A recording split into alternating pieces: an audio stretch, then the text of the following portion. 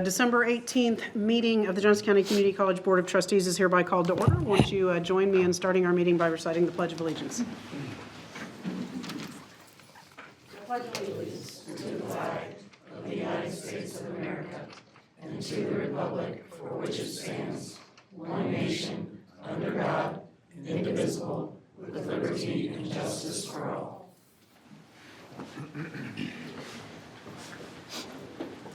All right, by way of roll call, we have 6 trustees present in person, and Trustee Jennings is appearing remotely by phone. I'm told that she is on the line, so we have everyone here. And that will bring us then to the first item on our agenda, which is awards and recognition. And Dr. Mix, I'll turn that over to you. All right, so the first person we have coming up is our student spotlight today. I think you're going to find him quite interesting. Joshua Kiawase will come up and tell a little bit about his story and his journey here at JCCC.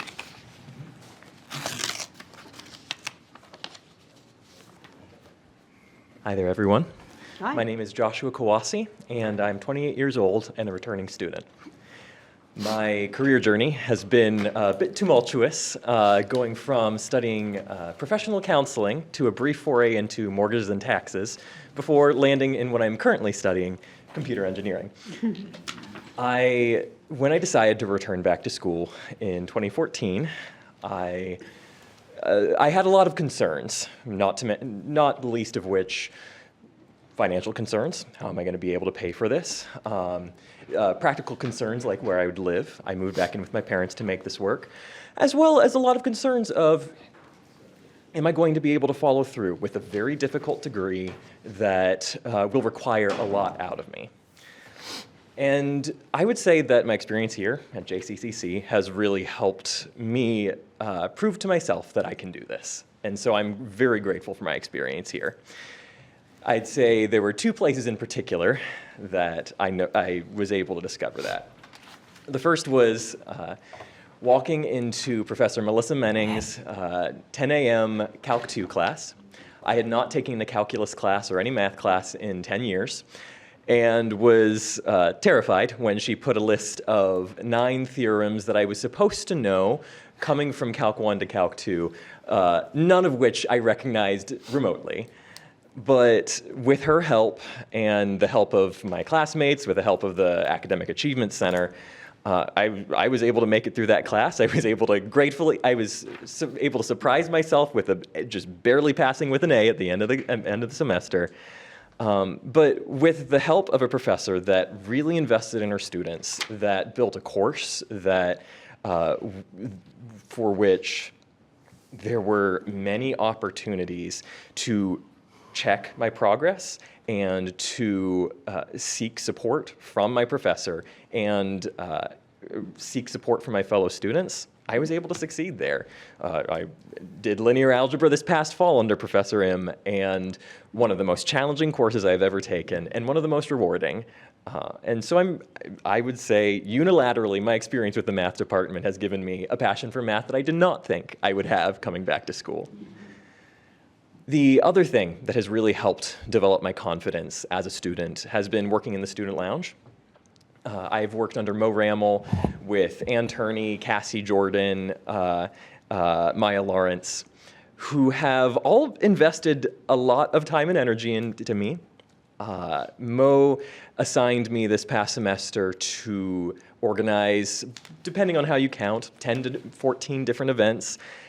I led 2 teams. I was involved in the lounge student social media, which if you go onto the Student Life social media, you will see me acting very absurdly to advertise all of our events this past semester. I embarrassed myself for pay. But none of those things that I felt confident or comfortable doing as a computer engineering student who was very interested in finding a technical job where I worked at a desk day in and day out. I was not expecting to lead teams, run events, or film social media videos. But with her help and investment, I was able to build the confidence doing things that were very much outside of my wheelhouse and helped prepare me for leadership in a future career in computer engineering. So all that to say, I am really grateful for my time here on campus. It has really helped solidify my confidence in my ability to study, my confidence in my ability to seek help from people around me. And I am grateful for everything that all of you do and all that the campus does to help people like me achieve our goals. So thank you all for your time. Thanks, Joshua. Hey, don't leave. Don't leave. Oh, yeah, the easy part's done. Thanks, Joshua, for your story. We really appreciate hearing that, and I'm going to open it up to questions from my fellow trustees. What inspired you to go into this third major or focus? I have always enjoyed computers and had almost been actively avoiding career in them. I thought that I wasn't good at detailed-oriented work. I presumed that I would sink under the pressure. Working in mortgages and taxes taught me that I am actually very detail-oriented and great with Excel. I love formulas in Excel. I love hearing that. And I think that convinced me, working a job where I had to organize about 1,300 tax returns from 5 pieces of software that were incompatible and build reports to make sure that no tax return for these medium-sized businesses got missed for extensions come April 15th or March 15th, depending on the organization of the business. It taught me that I do have the capacity to put the effort in to work in a job that I've been fascinated by since a kid. And I think that's what gave me the confidence to do something that I'd always wanted to do. Thank you. Thank you. Any other questions? I Trustee just wanted to Mitchell. say, I think it's interesting that you stated you developed the confidence to be comfortable to ask people for help. And I think that's kind of an undervalued kind of ability that, I've struggled with in my professional career. But I think it's a good thing that you're developing that skill set to be able to do that, because it will help you to be able to ask people for help. I agree, and thank you for that. I find that I think this year I have found that the best way to deal with any insecurity I have, instead of working harder until I drop, is to seek support from people who have a bit more experience than me and more wisdom so that I can apply those skills to sustainably be able to accomplish the tasks that are assigned to me. Any other questions? I have just a couple of comments, and thank you for sharing your story. The great thing about your career change is you may not have to worry about the IRS coming after you if you mess up anymore. I have practiced with the IRS, I can tell you that. Joshua, I, like so many of the students here at JCCC, share a lot of your story about coming back to college, 10 years or more after you've been out of high school and really reinventing yourself time and time again. I've been told that after my 5th career, maybe it's time for me to pick one. But I always think it's incredibly important for you to be able to reinvent yourself. We get one chance at this journey on earth, and we should be able to explore everything that's our passion. And if that means taking a leap of faith and changing a career, changing your path, kudos for you for having the courage to do that. So many of our students I always think it's incredibly important for you.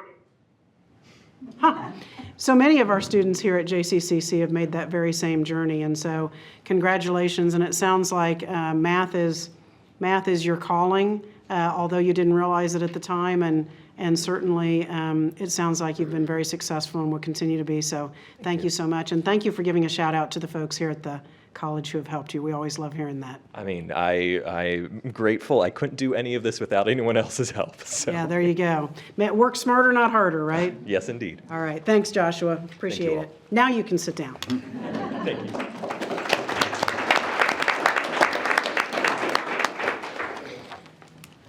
All right, next on the agenda is the open forum section of our, did you have anything else? I'm so sorry. I was just going to say, it was great to hear him talk about Calc 2 as a math person. I thought that was wonderful. I bet you loved hearing that. Yeah, I did. It was a great story. Yeah. You math people. All right. Anything else? Sorry about that. No, not at this time. Okay. That brings us to the open forum section of our of our board meeting, the open forum section of the board agenda is a time for members of the community to provide comments to the board.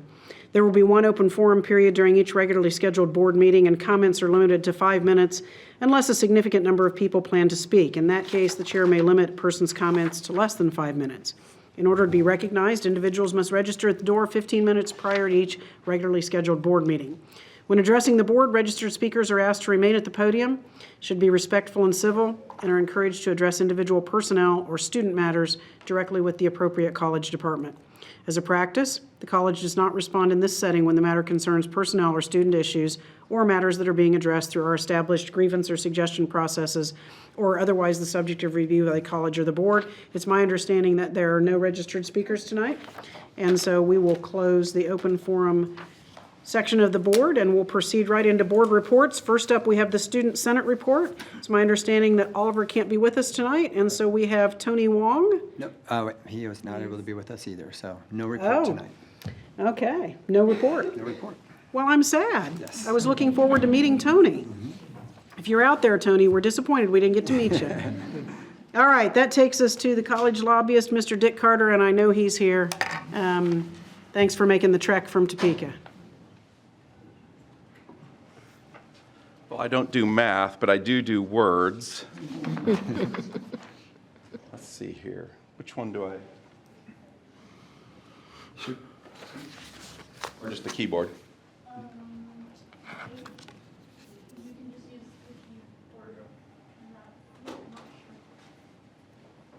Can you see it?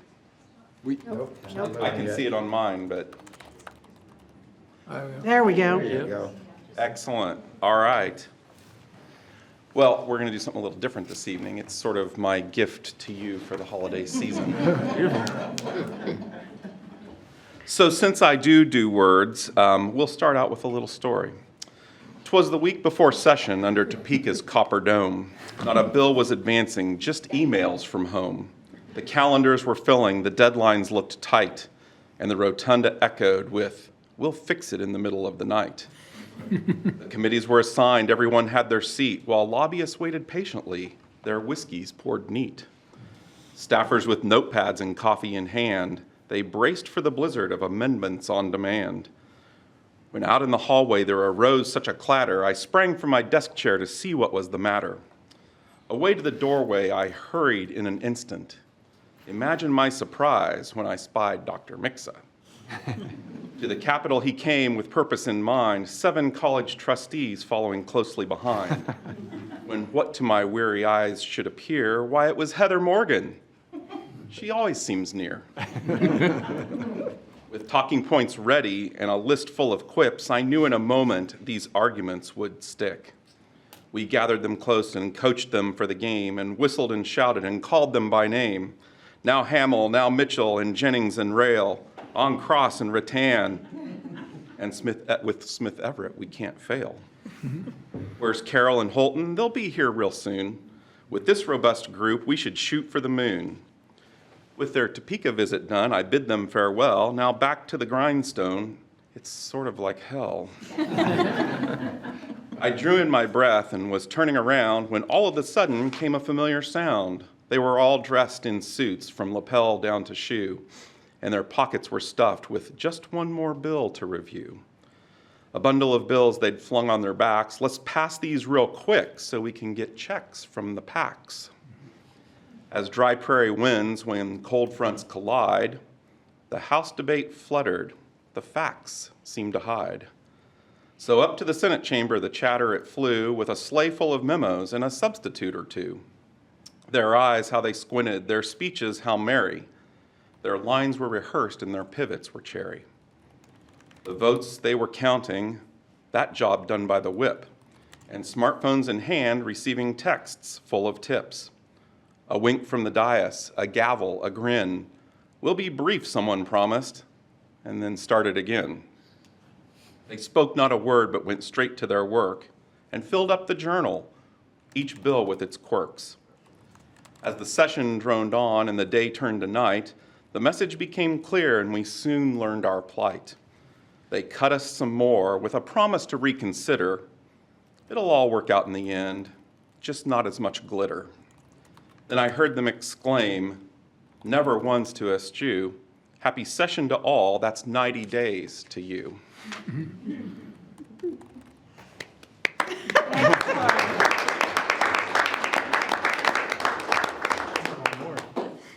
That might be the best part, so I could sit down now. if you want. That was awesome. I do want to provide a little bit of a snapshot of what's to come, what some of the priorities are going to be, what the community college folks are going to face, and a little bit of how we got to where we are right now. So we'll visit what impact the midterm elections are going to have on the session. Take a look at some of the budget issues that we know we're facing and where we think we're going. A look at the outcomes from this past year that sort of paint the picture for where we're going, and then look at some of the big issues that we'll be facing. So this upcoming session, we will have a Senate that has 2 years remaining on their 4-year terms, but all 125 House members will be up for election along with the statewide offices. So that's the governor, the AG, Secretary of State, State Treasurer, Kansas Insurance Commissioner. And we've got folks in the legislature that are running for some of those positions. We have a Senate president that is running for governor on the GOP side. We have 2 senators that are running for governor on the Democrat side. In the House, the speaker is running for Commissioner of Insurance, and we have some other folks that have mentioned an interest in running for Secretary of State. So all of that together really kind of plays into the types of votes they'll be taking, the bills we'll be hearing, and what some of those activities look like in Topeka. Add to that the congressional redistricting issues, and I'll talk about that a little bit later just because of the way those politics played out, but it's not over with regard to those issues. When we talk about the budget, I talk frequently about the consensus revenue estimating group to this group. That's the group of economists that meet twice a year to look at the budget and the receipts that the state's taking in and the expenditures that are on the books where they know the money needs to go. And they met just before our last board meeting and sort of looked at what the economy will look like for the state over the next couple of years. We're currently in fiscal year 26. So by June 30th, it's projected to have an ending balance. The state's coffers are projected to have an ending balance of around $1.8 billion. But when you look at fiscal year 27, the end of the fiscal year there's about a $700 million decline. And we know right now that there's already going to be budget cuts offered for the budgets that we'll be talking about over the course of this next session. We're also still dealing with the process of the legislature developing their own budget and the governor making budget recommendations and how those two marry up. White House renovation along with. We can look at what some of the things are that happened this past year. You know, we talked about the rough rollout of the legislatively driven budget. You know, everything kind of worked out. They took into consideration the governor's budget recommendations on the House. It was a little bit odd for those of us that have been following the process for so many years. Everything occurred in the House for the first month, then everything moved over to the Senate and made its way through the Senate process while both sides were doing nothing while the other one had the budget. Not sure if that's exactly what it'll look like this year or not, but I think they're going to be starting sort of at the same point that they started at last year. I know that just yesterday, the Legislative Budget Committee, the Interim Budget Committee met, and they were listening to some of the governor's anticipated budget recommendations from some of her staff. So again, I see that process playing out fairly well. We've got a tax policy that was overridden by the legislature. The governor vetoed Senate Bill 269. It's a formula-driven tax cut that would take Kansas to a 4% flat tax for both individual and corporate income tax filers. But the reality is you have to hit certain benchmarks from a revenue standpoint for those to kick in, and we've not done that. So we can say that we've passed some tax policy that would cut or move to a flat tax, but we're not there yet as far as the dollars. And it's a little bit concerning as we look in the out years for what some of the receipts are expected in the Kansas budget if we'll get there. When we left in the spring, there was a blue ribbon panel to study the two-year sector in higher education. Now there's no blue ribbon panel. I don't know that we'll be revisiting that in the next session or not. There was no Medicaid expansion, which again, that's one of those high-profile issues that gets a lot of press and attention. And most importantly, no omnibus bill. That's the bill that comes after the budget bill is passed, plays catch up for anything that was missed or that was incorrect in the first iteration. They can clean it up there. I'm not seeing that happen this coming year either. So as we look at the big policy issues for 2026, we know that property tax is going to be a huge conversation. It's been the conversation of a couple of different committees over the summer and the fall months when the interim committees are meeting. We think the focus will be talking about more along the lines of valuation. We still have a proposal out there that is alive in the House side at least that would add a constitutional amendment that would create a 4-year rolling average style of valuation. That may have some traction. We'll see. It's of all of the proposals, that one seems the most workable for folks in local government. There's some other proposals there's some that are coming probably that we don't even know what they look like yet, just based on some of the conversations that we've heard over the course of the fall. But that's going to be. I know that legislators have been getting a lot of emails about property tax. The other issue that they've been getting a lot of emails about is congressional redistricting. But the emails are a little bit different. They were, don't do it. And we will see a bill that redraws a map, specifically in Johnson County, but it's going to impact the other 4 or the other 3 districts in Kansas as well, because you can't adjust this one without making changes in other ones. There are other states that have passed maps, and the courts have solidified those maps. There are other states that have passed maps, and the courts have turned down those maps. And so it's anybody's guess. I don't think the votes are there in the House, and the Speaker has even said as much. It's an uphill climb. It's an uphill battle in the House if they're going to try to get votes for drawing a map. But it's going to take a lot of our time, and this won't be the last time I talk about it.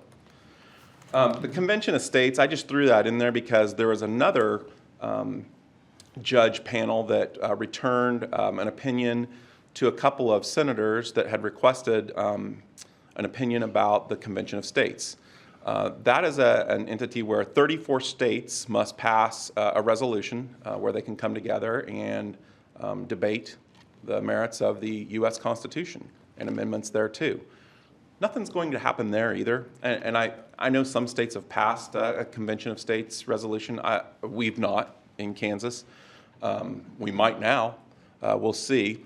But again, that's one of those things that's going to take time when we're talking about an abbreviated schedule for the 90 days that we could really be talking about other things. We talked a little bit about government efficiency and the regulatory rewrite of things to make regulations in our local governments easier for businesses to navigate. We'll see some additional tweaks there, and we'll see things move through there. Could be reciprocal licensing. And so we watch that because some of those issues can touch the college and the programs that we offer. With regard to economic development, hey, tune in to the radio and the news outlets on Monday. I think we might see an announcement coming. The Legislative Coordinating Council is meeting Monday morning, and they may be talking about some sports franchises that might be relocating. So we'll see what happens there. But that's one of those things that is part of that economic development toolbox, and whether it's STAR bonds or TIF districts or on the employment side, things that we call HPIP and PEAK, those are incentives for employers to either come to the area or retain employees and grow their workforce in the area. Those are all things that will be talked about and tweaked. We always talk about education funding. I'll talk about higher ed funding here in a little bit. Local control issues are going to be high on the radar with zoning, right-of-way, things like that are, again, local issues, but the legislature likes to talk about them. And then we always talk about the public employees retirement system. There still is a drive and a desire to eliminate that third tier. People that were hired on at a lot of public entities since 2015 are in Tier 3. It's a horrible system. But it costs a lot to move people to that next level back to Tier 2, and so I think that's part of the catch is trying to figure out how to make those moves without For us, for institutions like us, we're paying that. The state's not putting that in. The state does it for their employees, but for K-12, for local units of government, municipalities, for the colleges, we're paying those dollars. So we'll see what happens there. Let's talk a little bit about higher ed, and that's a good way to close out because these are the things that are important to us that we do in Topeka. So again, we're going to be talking a lot about tax policy, property tax and valuation.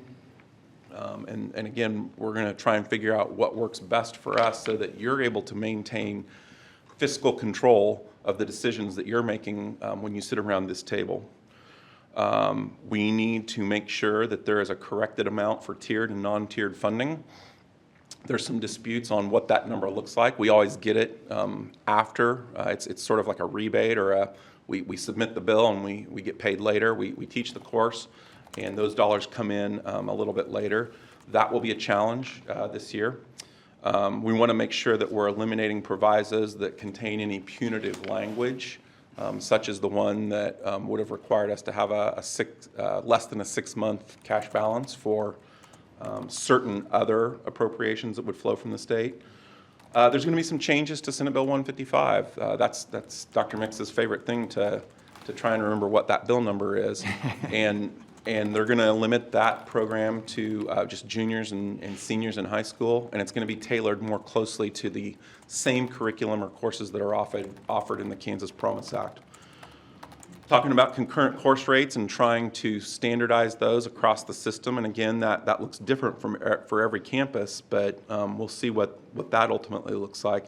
And then just yesterday, there was a House Government Oversight Committee that met and was talking about different issues at the university level related to DEI and some of the legislation and requirements that have been passed around those issues.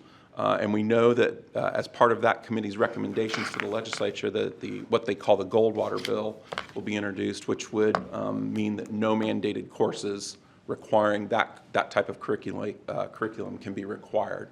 So as that bill rolls out, we'll be reporting on that as well. That probably kind of captures where we've been, informs us on where we're going, and hopefully we don't repeat history. Thanks for your report. Love the PowerPoint, by the way. Questions or comments for Mr. Carter? Looks like you're going to get a pass. It's a gift. Thank you. Yeah, thanks for the poetry. Really made the day. Yeah, that's really good. All right, thanks for your report. Safe travels back to Topeka, Dick.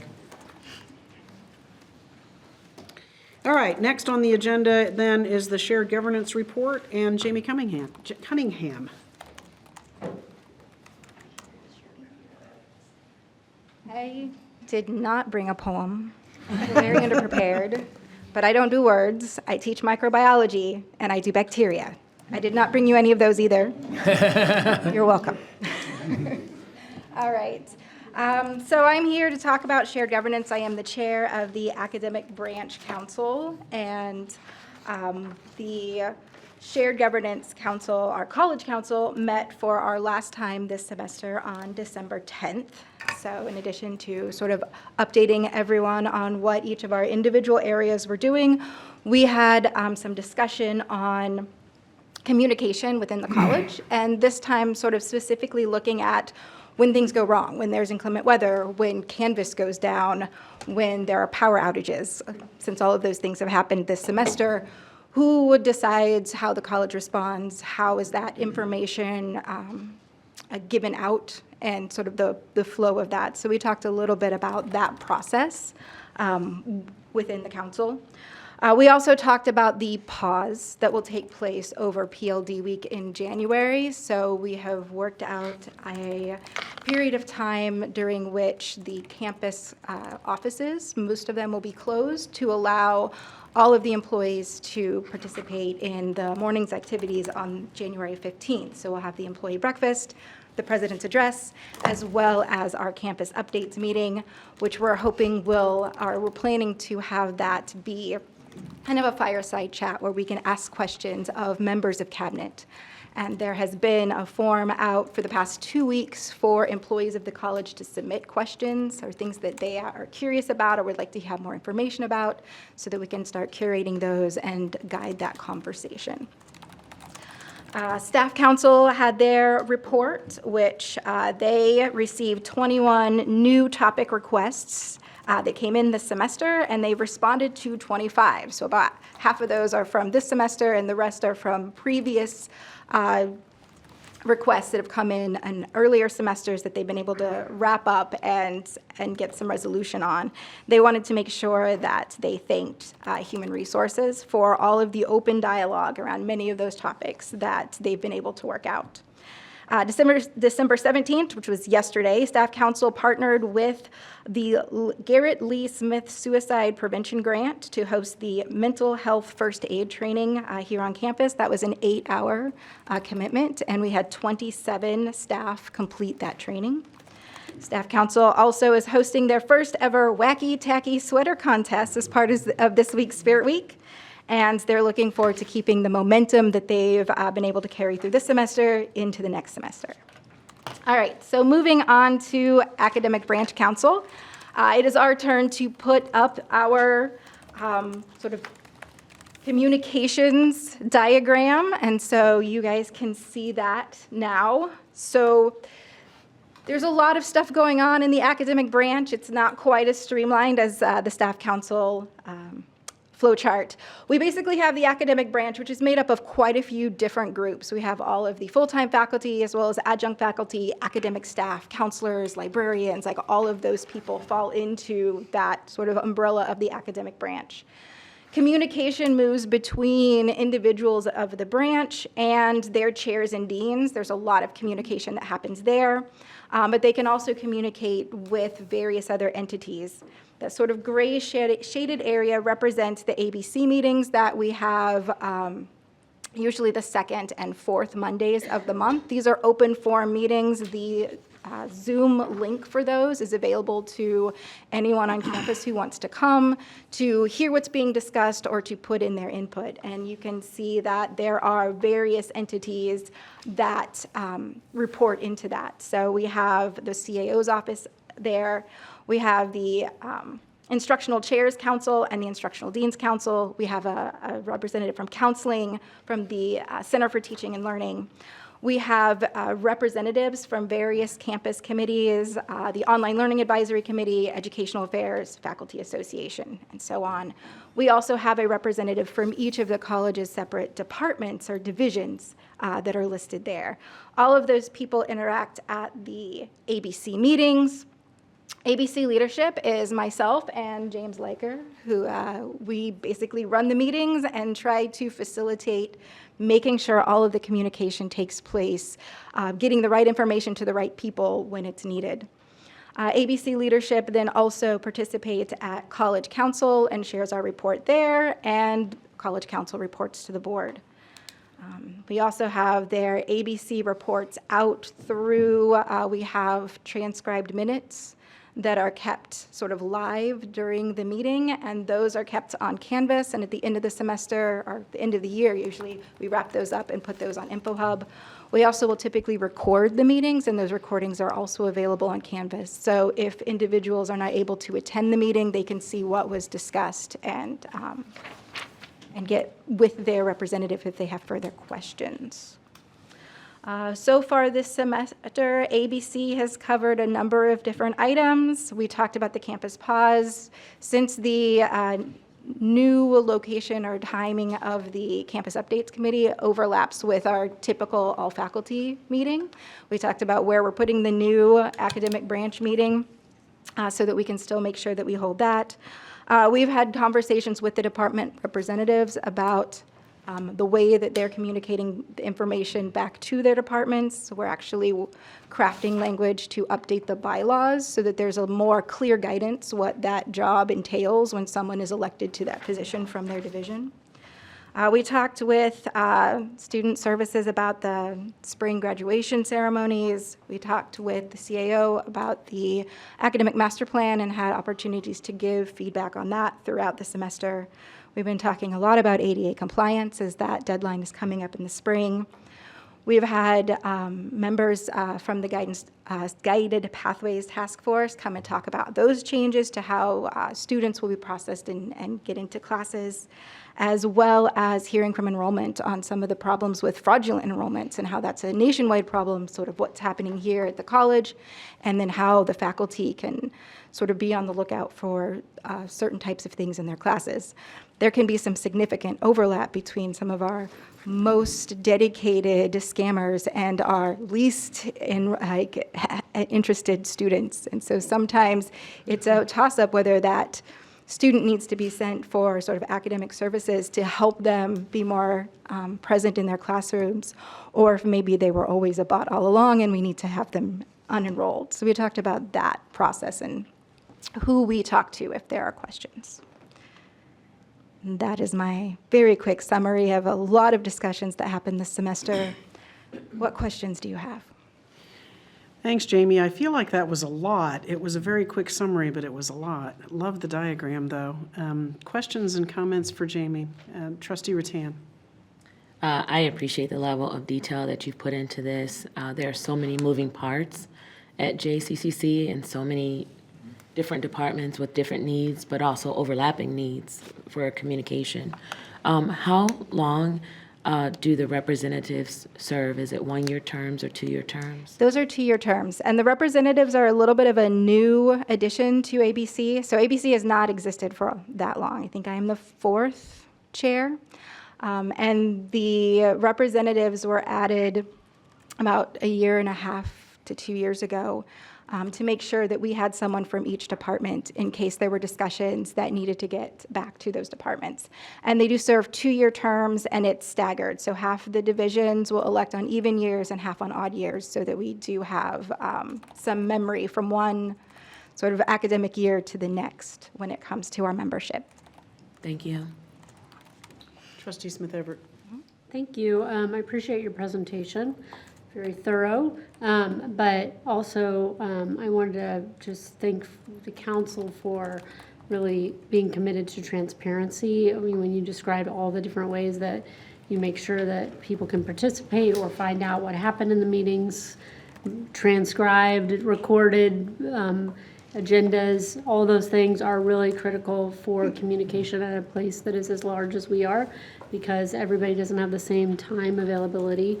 And so kudos to you all for having multiple ways for people to find that information out before, during, and after the meeting. So thank you for that. That has been one of our challenges because there are so many different moving parts, and because as faculty we tend to have kind of crazy schedules. That finding a time for all of just the members to meet is somewhat challenging, but then making sure that information gets back to people who cannot attend has always been a bit of a challenge for us.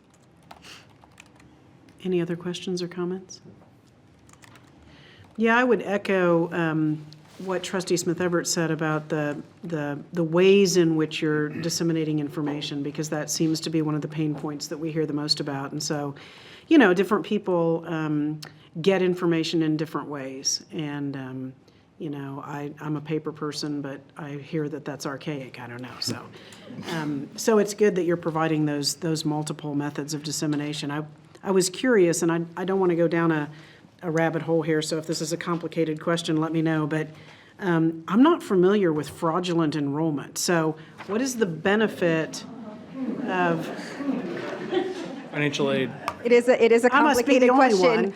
one. Overview is that if a student enrolls in a class and gets financial aid to participate here and then does not actually go to the class, just takes the financial aid and disappears, that's defrauding the campus, the federal government out of that money, as well as taking away money from the students who actually need it. And so that has been a growing problem, especially with there becoming more and more fully online courses where a student doesn't have to actually attend in campus, they just have to have a presence on the computer. And so a person can actually enroll in many courses across many different colleges and not actually spend much time in the course itself, just enough to make sure they're ticking the boxes so that they don't immediately get unenrolled.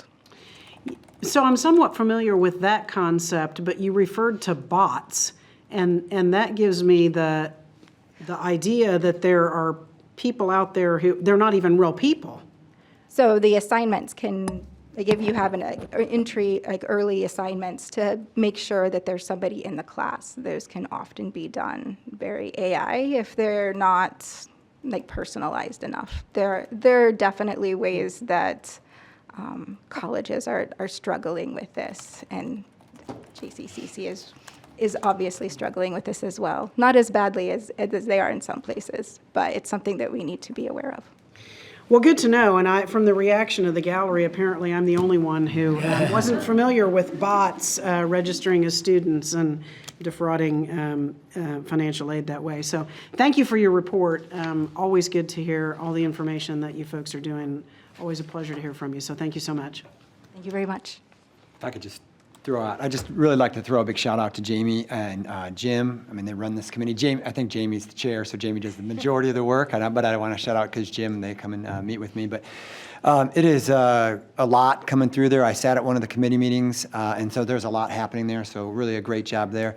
The other thing I would also say, a big shout out. I know that this diagram is very complicated, but I really appreciate the time that her and Jim took to put this diagram together. We talked about it, made a few adjustments, and so I think it's really helpful. It's not perfect, but I think it's really great. And so I do thank you guys for the work that you've done there. So. All right, next on the agenda is the Faculty Association report and Joy Rhodes, and I know that Joy is just super excited about talking to us tonight. Well, I was told I'm not allowed to have a slide. I deal much better in visuals, not biology or a little bit in words, but so I don't have a pretty little slide, sorry. And should I take that down? I don't know. Yes, probably should. Leave it up there. Anyway, hello, my name is Joy Rhodes, and I am the Department Chair of Fashion Design and Merchandising here at the college. And I've been here 22 years. This is my 23rd year. It's been a couple years since I last addressed the board. Some of you may or may not have heard from me in the past, but I really appreciate the FAA and Irene for the opportunity to share a little bit about our department, exciting recent developments, and kind of things that are going on that I think are pretty special. As a brief refresher for any new board members or people that don't know much about our program, our department offers 2 AAS degrees. One is Fashion Merchandising and Marketing. The other is Apparel Design and Technology. So we have 2 different sides of the business. The Fashion Merchandising and Marketing program focuses on what we call the to-consumer side of the business, or outward-facing side of the fashion industry, preparing students for careers in retail operations, product buying and assortment planning, fashion marketing and promotion. The Apparel Design and Technology program is more skill-based and focuses on the product development or wholesale side of the business. Students develop expertise in garment construction, pattern making, draping, computer-aided design, technical specifications for communication with overseas production, and a part of their graduation requirements are that they have to create a collection for our annual fashion show, which is held in the spring. So that brings me to my first exciting event on the horizon. Please mark your calendars for April 17th, 2026, for Final Draft, our annual fashion show. In the last couple years, tickets have sold out very quickly, which is a great problem to have. And all of the proceeds from our ticket sales go towards scholarships for our students. If you are interested in attending, please feel free to reach out to me. I may just know somebody who could score some tickets for you before they sell out. The second exciting development for us in our department is that one of our courses, History of Fashion, was just recently approved as a humanities elective. This is exciting for us for several reasons. It provides us, the broader student population, the opportunity to explore fashion and how it has infected history, and learn more about potential careers in the fashion industry. Additionally, it freed up 3 credit hours in both of our programs, which allowed us to make updates to our curriculum and things that we've wanted to do for quite some time. So that was really important. The third exciting update is we are adding a new study away opportunity for our students. We've maintained a long partnership since before COVID with the Florence University of the Arts in Florence, Italy. And we've had many of our students over the course of a number of years take advantage of this incredible experience. In fact, we have several that are slated to go next summer also to study abroad. But beginning next semester, we will offer new travel opportunities for our students to go to Paris, France. As a part of a special section of our History of Costume class that I just mentioned. This will be a faculty-led trip hosted by 2 of our faculty, full-time faculty, Audrey Michaelis and Britt Benjamin. The fourth development I'd like to highlight is an exciting new collaboration that we are exploring next semester, so it hasn't happened yet, with Sporting KC, our local soccer team. I guess soccer's a big deal now. Honestly, I know very little about soccer. I'm not a huge fan. I'm going to learn a lot, I think, in the next semester. But I do know a fair amount about licensing.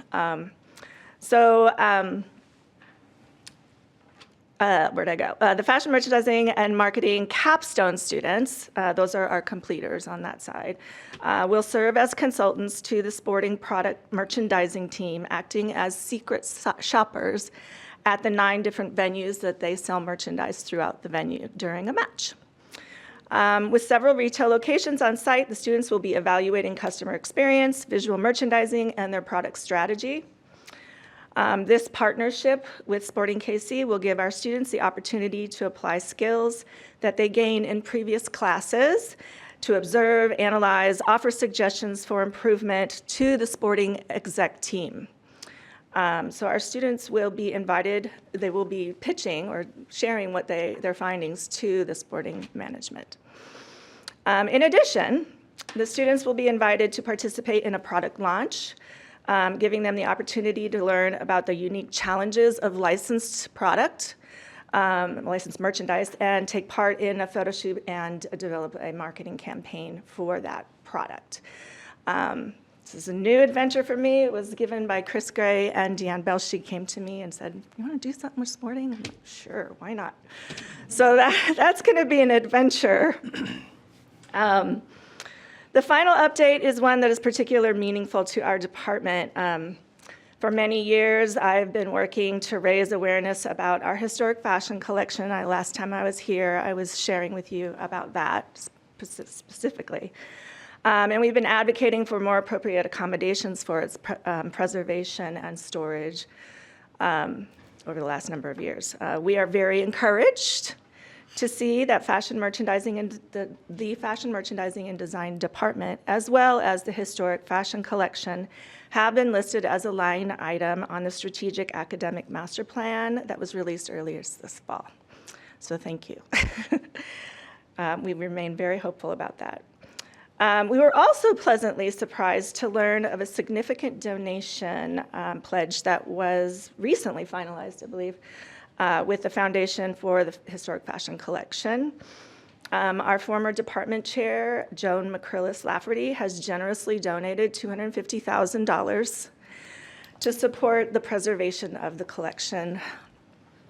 For those of you who don't know or remember Joan, haven't been here long enough to know who Joan was, she served as our department chair for over 30 years before retiring and then passing that role on to me. So she actually hired me. You can thank her or whatever. So without her vision and dedication, this collection would not be here on campus. She was the individual who acquired the collection, brought it to campus, and we are incredibly grateful for her continued support of not just the collection, but also of our department. So I encourage you to reach out to me. If you haven't seen the collection, I am happy to take personal tours. And I would just reach out to me and we'll schedule something. Of course, I could go on for hours about a lot of other exciting things that are going on in our department or are related to our department, but I was asked to keep my speech to under 7 minutes. So thank you again for your time and support. I hope that was interesting information for you guys. Thanks, Joy. Really exciting information. Any questions or comments for Joy? Trustee Rattan and then Trustee Smith-Everett. Thank you for sharing all those opportunities for our students to travel the world, to get involved with our sports teams. Those are really unique and special. Like, I want to go major in fashion. You're welcome I want to work anytime. with sporting and go to Paris. So, Joy, on a personal level, what led you to this position and role, and why are you so passionate about what you do? Oh gosh, that's a long story. When I moved to Kansas City, my kids were 2 and 4, they were little, and I decided to come back to work, and I went out and looked on, I don't know if you guys remember monster.com, right? And the only job that was fashion related that popped up was this teaching position. And my mom was a teacher, and I'd always grew up telling my mom, I will never teach, never, ever, ever, ever. But I decided, because you're supposed to practice, right? So I decided to apply for the job, and I was granted the interview, a grueling interview with like 8 people. It was like 4 hours long. And I walked out of that interview thinking, oh God, I got some practice. Okay, I'm ready to go now. I'll never get that job, ever. And the next day they called me and offered me the job. And I'm like, okay, I'll just take it for a few years and see how it goes while I look for another job. And here I am 22 years later. I'm still here and I love it. I have the best of both worlds. I get to teach what I love and what my background is in. And the students keep me young and they inspire me. I learn as much from them nowadays as they learn from me, I feel, with how fast things are progressing. But it's my passion. Thank you. Trustee Smith-Everett. Thank you, Madam Chair. I, 2 important notes. One is, I don't think that the critical information you needed to provide was the date of the annual fashion show, but when the tickets are released for the fashion show, because that has just eluded me for several years as I have attempted to attend that fabulous event that so many people look forward to and participate in every year. So do might be you able to know? hook you up. Okay, I would mark me down because Okay. I've tried multiple years and have just missed when the golden opportunity is. By the time I Noted. find it, they're gone. They're long gone. So would love that because I have some young people in my life that I think would absolutely adore going to that. But I wanted to thank you for just highlighting all of the ways that just your department gives opportunities for our students to expand their perspective and their experience. I think one of the critical misunderstandings about community college is you just come, you take some classes, and you leave, but we offer so much more. And being able to go to Paris feels like the Devil Wears Prada in real life unfolding for our students. And I love that for them. There's always sponsors on this board that are willing to sacrifice and go on those trips. If you need more adult chaperones, so you just let us know. I mean, it will be tough to fit in, but I'm sure we could make that happen. We have to keep So- an eye on those students. Yeah, I mean, I feel like it'd be difficult, but we could do it, right, Trustee Rattan? That's right. So, thank you so much for highlighting, giving us a little spotlight on what you do in the corner of this place that makes it wonderful. Thank you. Thank you very much. Trustee Mitchell. I had the pleasure of attending the fashion show this year. Boys, ticket. having it in. My wife and I went and we took her oldest daughter, who has an undergraduate degree in fashion merchandising and textile design. And as is often the case, when you're at an event like this and you're a trustee, they recognize your presence there. So At the end of the evening, Shelby said, "I never thought I'd go to a fashion show and you, Greg Mitchell, would get a call out." So that was a lot of fun. Walk the runway, twirl. Well, thank you. Any other questions or comments?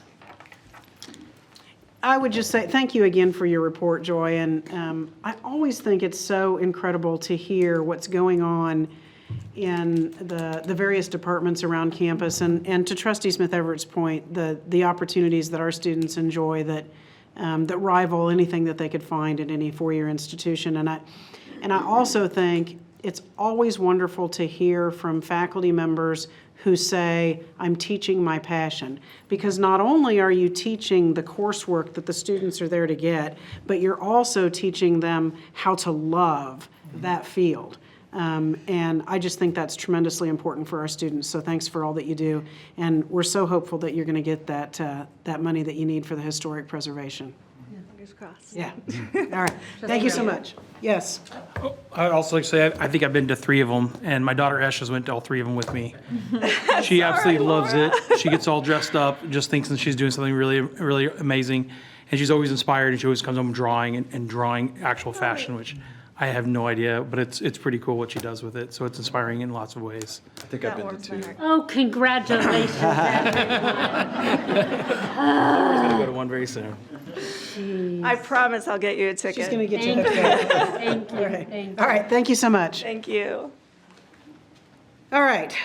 Next on the agenda is the JSORT report and Trustee Smith-Everett.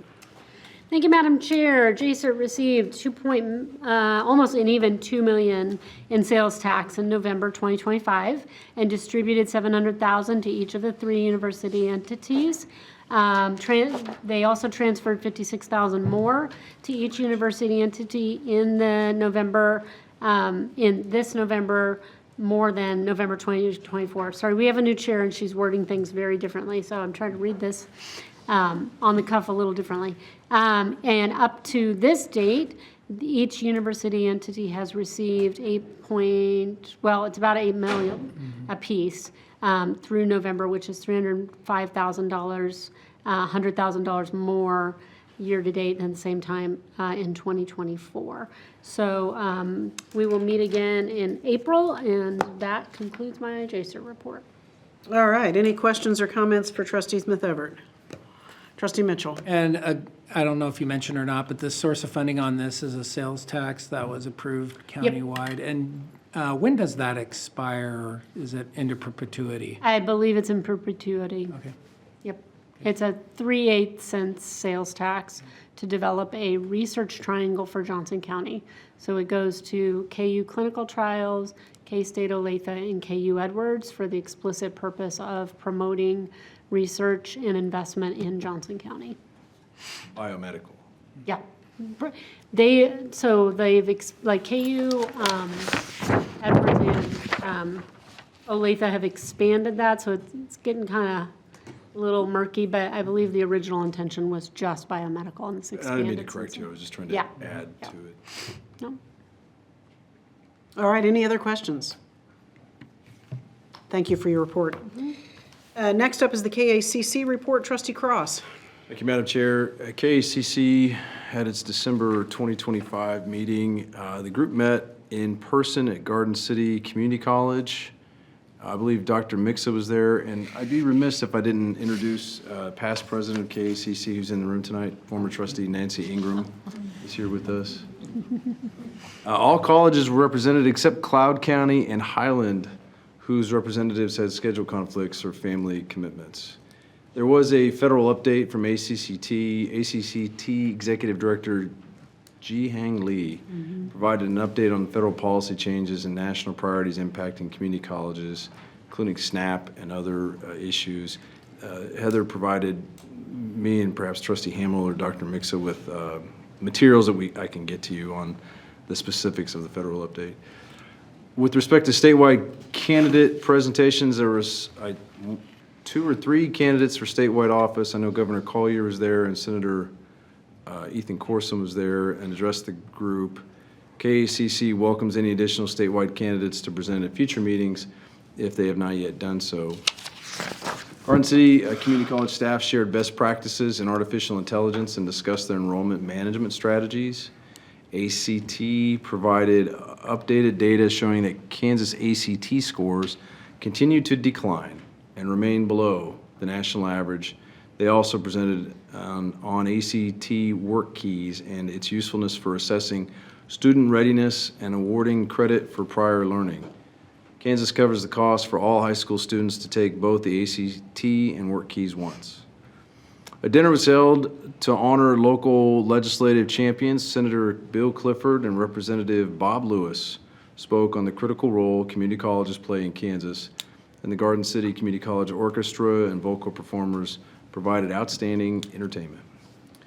Representative Pishney reflected on his service on the Garden City Community College Board and emphasized the value of strong local leadership. Newman University highlighted its successful partnership with Garden City Community College and affordability of its bachelor's degree programs offered on the Garden City campus. Newman expressed interest in partnering with additional community colleges. Heather Morgan will coordinate follow-up discussions with interested institutions. Heather Morgan provided an extensive update on the previous day's president's meeting, as well as a statewide update on budget matters and the proposed legislative agenda. With respect to business meeting highlights, and approval of financial and meeting minutes was adopted, and an adoption of the 2026 legislative platform. There was a decision to shift future KACC meetings to a Sunday at 5:30 p.m., Monday 3 p.m. format, dates pending host campus confirmation. Approval of a lifetime membership program, much as ACCT has, was adopted to keep former trustees and presidents connected to KACC.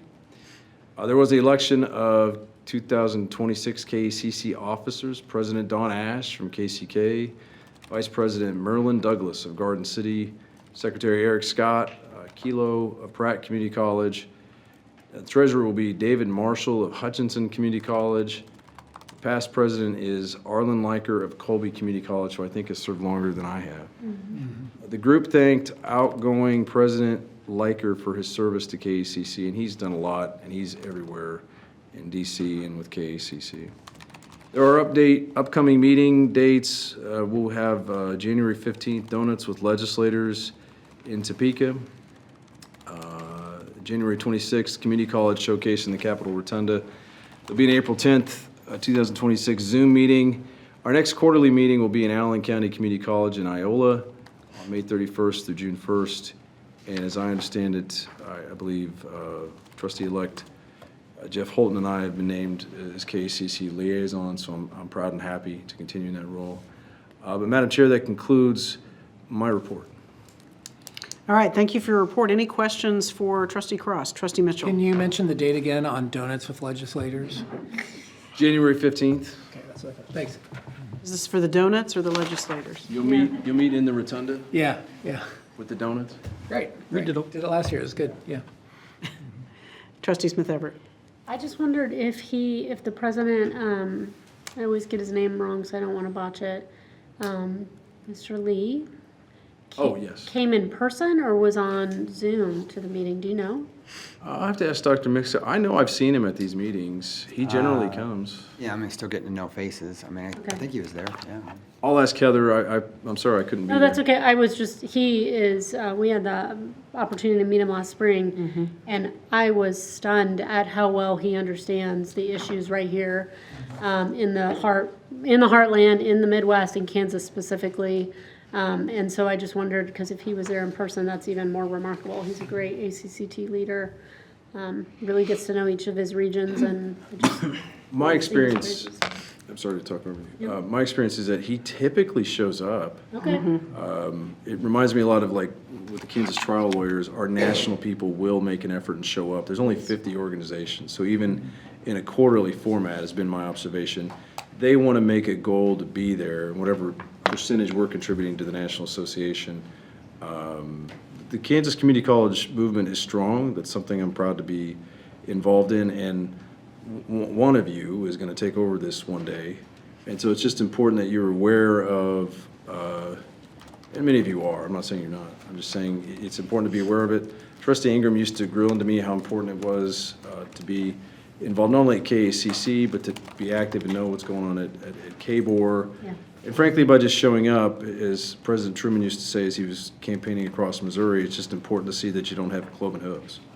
And while we contribute 40% of KACC's budget, and we don't mind reminding them of that, you know, my parents, both from rural Kansas, taught me that most people in rural America are just scared of being forgotten, and that they want to know that we know they're there, and that we need them. We can't, you know, feed, house, or educate everyone in Johnson County, so we need to redistribute and take care of them as much as we take care of our own. You know, my heart is with them and with us, and yeah, Dr. Lee shows up. I've met him 2 or 3 times, I want to say, just shaking his hand. I don't know him. I'll talk all night. Okay, thanks. Any other questions or comments? Thank you, Trustee Cross, for your report, and I certainly would echo the importance of us maintaining those relationships with our colleagues elsewhere in Kansas, and those relationships are important as we try to present a unified front in Topeka, obviously, and while our needs may sometimes be very different, we have to speak as a collective voice on many issues, and so it's important, and so thank you for the work that you do. Thank you, and thank you, Dr. Mixon, for going. Garden City was wonderful. I have friends out there at Garden City Community College. It is. They convinced me recently why we don't want to have a football team. I won't belabor it, but it was a very robust conversation and led me with that conclusion, so. All right, next up is the foundation report. Trustee Rattan. All right, the final Some Enchanted Evening numbers are in. We raised on a gross basis $1,635,218. Out of that, we netted $1,370,252. This reflects 16.2% overhead, and industry standards are 25% or less likely. 93% of the survey respondents rated the event exceptional or great, and 100% of survey respondents said they would recommend the event to others. The end-of-year fundraising emails and mailings were sent out on December 5th. The Open Pedal Payroll Donation Program has doubled its participation. It was 4% and it has gone up to 8%. This is a top priority this year to increase participation to 20%. And then finally, we've had several new endowed and named spendable scholarships established this year. In January, we will report the total number. That concludes my report. Is that like the thing to keep us stay tuned in, right? You don't get that until January. More good news. Can't handle it. Right? All right. Thank you for your report. Any questions for Trustee Rattan? Trustee Smith-Everett. Just real quick, I just really I always want to sing the praises of Joy Ginsburg. When she first came in and she met with us, within the first 2 weeks of being here, she really was zeroing in on employee contribution to the foundation and having that be part of a payroll deduction, which most places do now for many different things. So I appreciate her growing that and being laser focused on getting that to, certain benchmarks that she has for what we can do. And we know how much our faculty and staff love this place and want to give back for student scholarships. So appreciate her dedication to that. I agree. If Joy sets her mind to it, it's going to happen. I feel like that's the case. I would echo singing the praises for Joy and her team. She's probably feeling a little bit in the spotlight right now, as it should be. When you can have an event that raises that kind of money and the overhead costs are significantly below industry standards, somebody's doing a whole lot of stuff right. So thanks to Joy and her team for making all that happen and bringing us all the wonderful benefits of Some Enchanted Evening to our college and our students. All right. Did you have anything? No. Okay. I keep forgetting you, No, and Trustee Smith-Everett keeps reminding me, so. All right, that brings us to our committee reports and recommendation. First up is Trustee Hamel and the Employee Engagement Report. What do you have for us? Thank you, Madam Chair. The Employee Engagement and Development Committee met Wednesday, December 3rd, right here in the boardroom. Christina McGee, Vice President, Human Resources, presented Johnson County Community College's updated Investment Committee Charter for approval. Ms. McGee provided feedback and background on investment committee's creation and a purpose for managing the operation and administration of JCCC's 403B and 457 plans. The following recommendation is being made by the Board of Trustees for approval. It is the recommendation of the Employee Engagement and Development Committee that the Board of Trustees accept the recommendation of the college administration to approve modifications and changes to the investment committee charter as shown subsequently in the board packet. And I so move. Second. Motion made by trustee Hamel, seconded by trustee Cross. Any discussion on this recommendation? Trustee Smith Everett. I think it's just really important to clarify what it is, because when I read it in the packet, in my 6 years here, I'd never heard of anything like this and thought we were just completely, doing something new, never before seen. And it seems like this is one of those things that happens every so often. And so if you haven't been here when it's happened previously, then you weren't aware of its existence before. But if I have this right, and please correct me if I'm wrong, because I'm probably going to get it wrong, we are going to redistribute funds from TIA-CREF for those invested in it that got from fees that were accrued above the certain level to people that have TIA-CREF, so they'll get a portion back, right? Active TIA-CREF employees. Do I have any of that right? You are correct. Christina's shaking her head yes. Oh, did I pass? You passed. Okay. I had notes and everything to make sure, but it's a strange thing, but also a great benefit for our members, and I appreciate that this is being monitored and we are addressing it and making sure that they get some of that redistributed to the employees. Thank you so much for that explanation. Any other questions or comments? Hearing none, all in favor say aye. Aye. Opposed? Motion carries 6-0. You may proceed. All right. Additionally, Ms. McGee reported that $531,678.88 in revenue credit will be reallocated to those active and term participants who have active accounts. Ms. McGee stressed that reallocation comes from fees accumulated and from excessive record-keeping revenue and not by individual account performance. This investment committee agreed to distribute $250,000 equally divided to each participant and the other $250,000 will be distributed as asset-based. The remaining $31,678.88 will remain in the account for any unforeseen fees. And I want to give a big thank you to Ms. McGee for all the time she spent, all the questions we had trying to understand this, because this was new and this was kind of complicated because it was something we hadn't seen before. And as many questions that we asked that might have seemed dumb or redundant, you kept answering so until we got it all figured out. So thank you again for that. Ms. McGee also gave an update to the Committee on HR initiatives completed and underway, including a launch of the new learning management system, as well as a new employee turnover dashboard. HR has completed its strategic plan goals. Interviews are currently underway for an investment consultant and management group following the formal RFP process. A request for information will go out in the firms interested in conducting a compensation study with a formal RFP to be submitted in the spring of next year.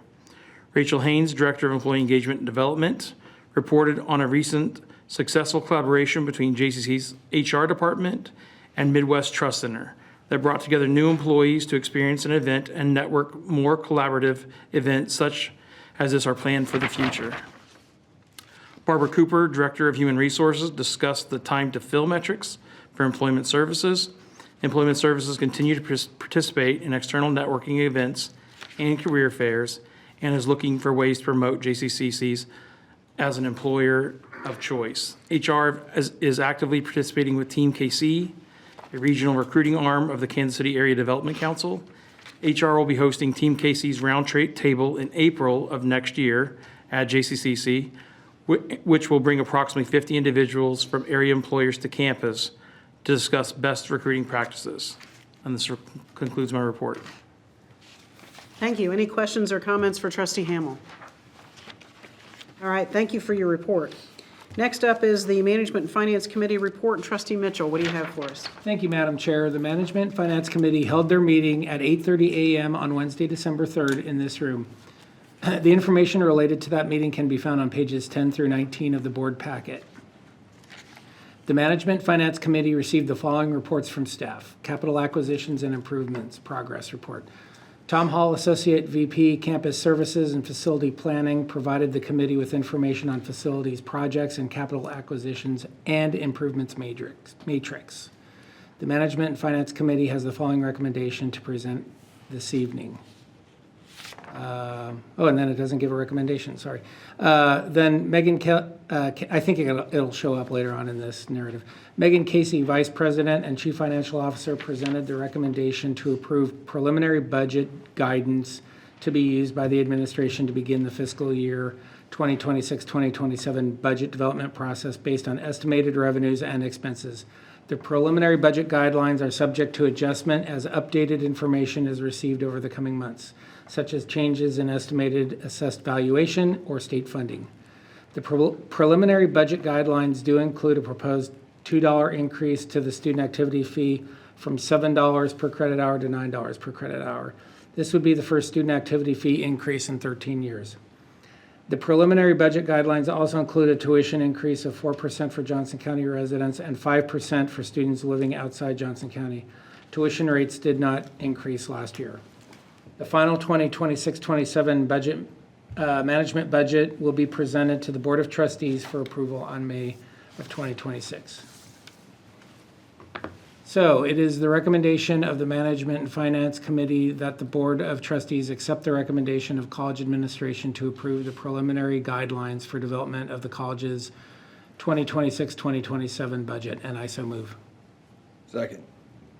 Motion made by trustee Mitchell, seconded by trustee Cross. Any discussion? Hearing none. All in favor say aye.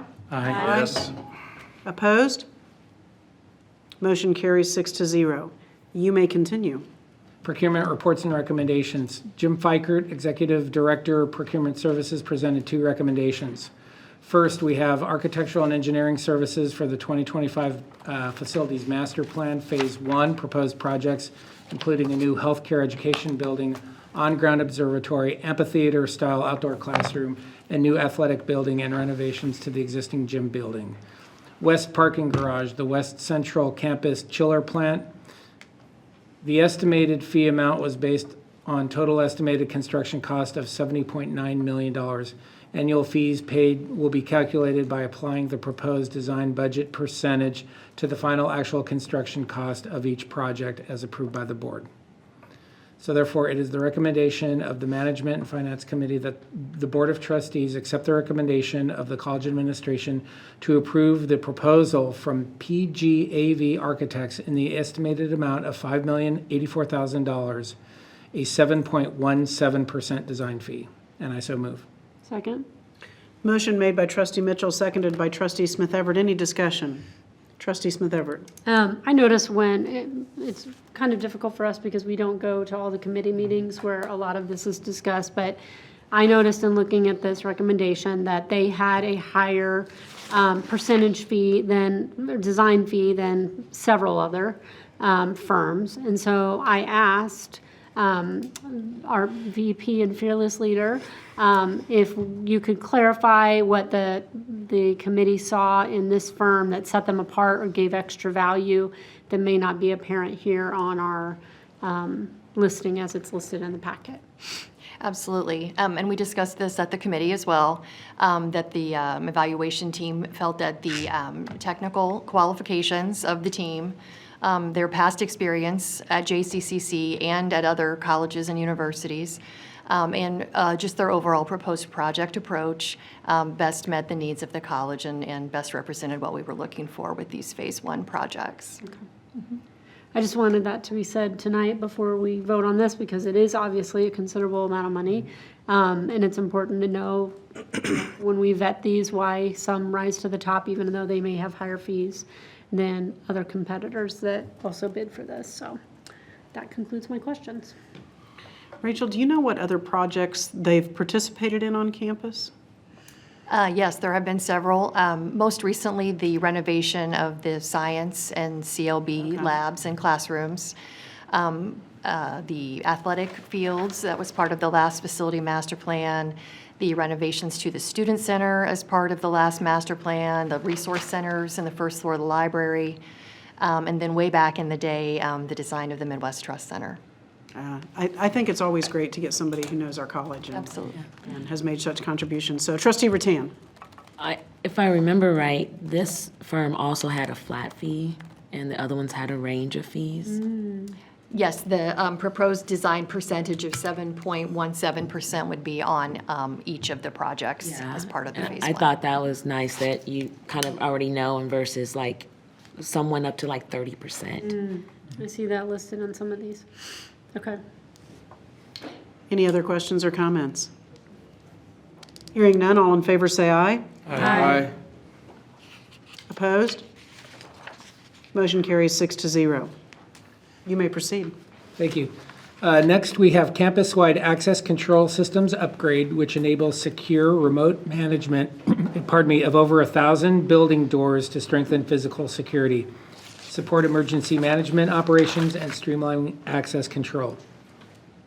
It is therefore the recommendation of the Management and Finance Committee that the Board of Trustees accept the recommendation of college administration to approve the cooperative purchase from Convergent for a total estimated expenditure of $1,216,854 with an additional 10% contingency of $121,685 to allow for possible unforeseen costs, for a total amount not to exceed $1,338,540 for fiscal year '26. And I so move. Second. Motion made by Trustee Mitchell, seconded by Trustee Smith Everett. Any discussion? Hearing none, all in favor say aye. Aye. Opposed? Motion carries 6-0. You may proceed. Thank you, Madam Chair. That concludes my report. All right, thank you for your report. Next up is the Student Success Committee report, Trustee Hamel. Thank you, Madam Chair. Thanks again. The Student Success Committee met at 9:45 a.m. right here in the boardroom on November 5th. Dr. Barry Bailey, Professor Librarian, presented new course and course modifications and deactivations and program modifications effective for the 26-27 academic year. Details can be found in the consent agenda. Jim Lane, Dean of Arts and Design, Humanities and Social Sciences, and the Chair of the Academic Calendar Committee, presented the 27-28 academic calendar. Dean Lane also presented modifications to the academic year 25-26 and is recommending the previously approved current academic year 25-26 academic calendar commencement date of Friday, May 22nd be moved to Thursday, May 21st. The calendars are part of the consent agenda. Dr. Gerbishon Singh provided an update on math pathways. He shared the history of the math reform initiated by KBOR. The changes include moving from the prerequisite course structure to a co-requisite support course structure beginning fall of '26. All prerequisite developmental courses will be discontinued, and there will be a full-scale adoption of math pathways framework. Dr. Singh briefly described and discussed that the English co-requisite will now be College Composition 1 with review and will be at 5 hours. Deb Elder, Mallory Mitchell, and Amy Sellers provided an update on academic initiatives. Dr. Elder provided data from academic year 23-24, showing the growth in enrollment and dual enrollment early college students in Kansas. There are many ways to earn JCCC credit while in high school, which include College Now, Career Ready, dual degree, articulated credit, career and technical education outreach. Drs. Mitchell and Sellers shared the growth of these programs. College Now started 40 years ago with 287 students and now has 4,245 students from 30 different high schools. Career Ready Now in 2020 with 27 students has grown to 92 students. Dual degree graduated its first students in spring of 22 with 5 students, and in 2025 graduated 20 students. Articulated credit began in 22 with 26 students, and this year 38 students are registered. Career and technical education outreach continues to grow with over 8 areas of study. Dr. Leslie Quinn provided an update on enrollment and student services. The division consists of enrollment services, financial aid, testing, and assessment services, and recruitment for enrollment strategy. Some of Dr. Quinn's highlights included international and immigrant student services, over 1,300 students from 112 countries. Veteran and Military Student Resource Center partners with Vet Success on campus and the Kansas Commission on Veterans Affairs Office. Admissions is working hard on fraud detection, as we were talking about earlier. Registered office oversees the degree audit, graduation applications, and of course, substitutions. Dr. Quinn mentioned that the financial aid office is busy with on-campus workshops and high school events, walking families through the FAFSA process. Testing services provides ADA compliant students taking practice, placement, or makeup tests. And Madam Chair, that concludes my report. Thank you. Any questions for Trustee Hamel? All right, thank you for your report. Thank you. Next up is the report of the nominating committee. We get that once a year, and I think Trustee Rattan, you're going to present us with your slate of officers. Yes, a couple of things I wanted to point out. When Valerie, Trustee Jennings and I evaluated everyone's choices, a few assumptions we made is as we talk about liaisons, you can do consecutive roles. We nominate someone every year, but if you do 2 years in a row, that's fine. You can interest, it was okay to indicate interest in all positions. The time that someone sent in their choices mattered. So if there was a tiebreaker and people had a committee or a liaison listed as their first choice, it was the person who submitted it first. We had no committees had 2 new trustees on there. So when we talk about committees, there's 2 or 3 people on each committee, but we didn't want a committee with 2 new trustees, so we split them up. Every person who is not an officer will be on 2 committees. We tried to give everyone their first or second choice, and we don't have any new trustees chair a committee. These are typically the assumptions that are put forth every year when we do nominations.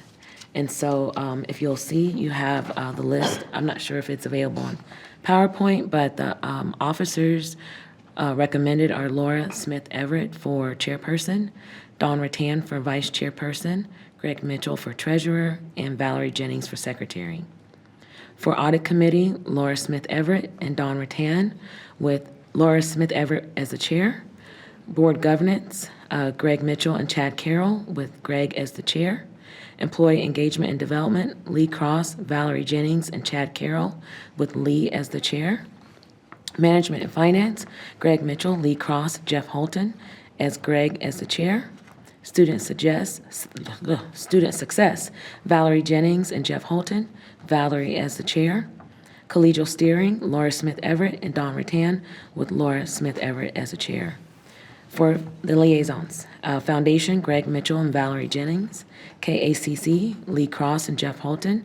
JCERT, Dawn Rattan, and College Council, Chad Carroll. It is the recommendation of the nominating committee that the Board of Trustees approve the 2026 slate of officers, committee, and liaison assignments. And thanks to Valerie. Are you making that motion? I am making the motion. All right, I have a motion. Do I have a second? Second. Motion by Trustee Rattan, seconded by Trustee Smith Everett. Any discussion? Madam Chair. Trustee Cross. So almost 13 years ago, I ran for trustee and had 0 allies on this board, or so I thought. My daughter was 2 years old, and my wife, who looks much the same, has supported me the entire time. And although my hair is much more white now, we now have a 10-year-old son. Yet in that time, and with personal observation, I've learned to trust almost all of the trustees I've served with. Trustee Ingram, my dear friend, who happens to be here tonight, would say all the time that trustees trust, Madam Chair. And much has transpired over these years. There have been many, many good times, far surpassing the bad. And yet many of the bad times were extremely difficult and hard to know who to trust in many difficult moments these past 12 years. Specifically, in 2019, during a very difficult time in the history of this board, people of Johnson County delivered to me one of my best allies who has helped me protect this college, who's helped us protect this college. Trustee Laura Smith Everett was elected for the first time in 2019, and I was excited to have someone who would put our students, faculty, staff, and governing by reasoning and logic first. Someone who has actively worked in the best interest of the college. And when we met for the first time on November 22nd, 2019 in my office, I was excited to tell her to be your own person, make up your own mind, and to trust those who consistently vote in the best interest of the college. So, Madam Trustee, thanks in part to your leadership and Vice Chair Laura Smith Everett's leadership, this college is in the best shape it's been in for close to a decade. And I'm optimistic about Trustee Smith Everett being chair. I trust that Trustee Smith Everett has worked with you these past 2 years to help build up a DEI culture, to govern the college in a fiscally responsible manner, to work with everyone, establish relationships with any stakeholder, and most importantly, to put our students first.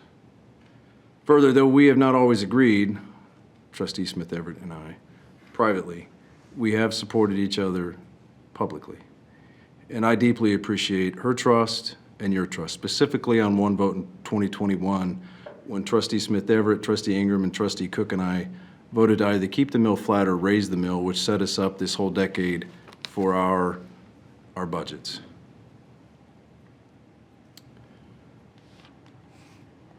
I trust that she too will be a fair and impartial leader of this board who will govern in a nonpartisan manner, be responsive to fellow board members, and be the leader who will always act in the best interest of the college. Just as I was cautioned by stakeholders, friends, and allies, for lack of a better word, I caution anyone who takes the position of chair that this position is not about you or personal or partisan positions you may possess. It's important to go slow, that slow and steady win the race. This position will require an unbelievable time commitment. Don't rush to judgment, is what I tell anybody. Seek facts and information. That's what we do in the law. Before any judgment's rendered, there has to be a fact-finding process where facts are sought and then judgments are rendered. Yet I know from the time that we've spent together, Trustee Smith Everett and I, that she has done other bigger things and perhaps more courageous in her life, like moving from Missouri to God's country here in Kansas. So on behalf of the people of Johnson County who have elected me 4 times to this position, I thank you for helping reverse our brain drain, and I thank you for your leadership. I support your nomination and the nomination of the slate as a whole. Yet, as Trustee Cook would say, I challenge you to do your best, put our students first, support our president, and always act in the best interest of the college. I will support you, be available anytime you need me, just as Judy Korb tells me, as will anyone else on this board and many former trustees.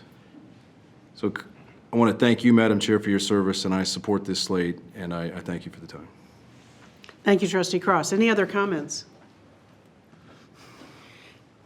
I would just say this, we have the privilege, and I think all of the trustees behind this dais would agree with this. We have the privilege right now of serving with a group of people who all are collegial, collaborative, and have the best interests of the college at heart. That hasn't always been the case. And I know that Trustee Rattan and Trustee Jennings worked really hard to come up with this slate of officers, committee members, and liaisons, and they have my wholehearted support and trust that things are going to be just fine here at Johnson County Community College. So thank you for your hard work. And with that, it's time for a vote. All in favor, say aye. Aye. Yes. Opposed? Motion carries 6-0. Congratulations to everyone who got the assignments that they wanted and to our new slate of officers. I again like to thank Trustee Val Jennings for being part of the committee. She's up there somewhere. I know she can hear us. Can you hear me now? Yes, she's there. See, I knew she was there. Oh my gosh. I have put in a yes for everything. So if I can be added to the vote, I also would like to vote yes for the slate. All right, thank you for weighing in. We appreciate it. And I'm glad you can hear us. All right, next up is the President's recommendation for action. We'll start with the Treasurer's report and Trustee Hamel. Okay. Chair Rail, my last report on the board. The board packet includes the Treasurer's report for the month ended October 31st. Some items of note, page 1 includes the general post-secondary technical education funds, which are the primary operating funds of the college. An ad valorem tax distribution of $1,441,249 was received from the county treasurers during October. Expenditures of the primary operating funds are within approved budgetary limits. It is the recommendation of the college administration that the Board of Trustees approve the treasurer's report for the month ended October 31st, 2025, subject to audit. And I so move. Second. Motion made by trustee Hamel, seconded by trustee Cross. Any discussion? Hearing none, all in favor say aye. Aye. Aye. Opposed? Motion carries 7-0. You may continue. That concludes my report. Thank you so much. Next up, Dr. Mixa, I believe it's time to hear from you about all the exciting things you got going on. All right, well, thank you very much. I'll first point out the enrollment report. You should have that at your table right there, or at the dais where you're sitting. What I think is great is our total head count. We're up about 4.2%. This is on the credit side of the house. And then our total credits are up 4.7%. So things are looking really well. When you go down below that, I think the things that are of interest to me, we have the transfer first time in Metro, which it's great that they're all up, but I really like that first time full-time students up about 16.6%. Hopefully those are the students that are going to stay with us for 2 years or whatever it takes to get that degree or certificate or get what they need to then move on to that next place in their life that they have there. Hopefully it will be a degree. We love watching them walk across the stage and shake their hands. The other thing I think that's important as well down there is on the non-credit side of the house, the workforce development and continuing education. If you see that they're about 46.5% towards their goal, just kind of a reminder, they don't work on semesters. They're registering students all the time, different times, and also in a different system as well. So it's not necessarily apples for apples, but the good thing to note right there, they're about 46.5%, which seems to make sense since we're almost about halfway through the year. So we got a lot of work to do and continue to do in there, and things can always change in there, but we're looking really good, and I know Elisa and her team are working well to make it happen on that side of the house.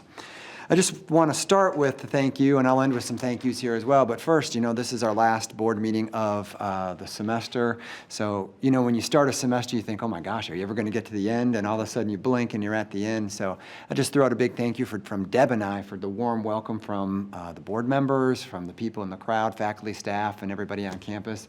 It has been an awesome journey for one semester, so we really appreciate that. It also gave me some time, you start to reflect upon all the wonderful work that's being done, faculty in the classroom teaching their students, they getting onto campus, and getting our students into class through our advisors and our counselors, so that's great work. But I thought I'd throw out a couple other areas that have done a lot of work as well, too, there. First off, we had that great Thanksgiving break, and then all of a sudden we were hit with snow, so Rachel and her team went to work.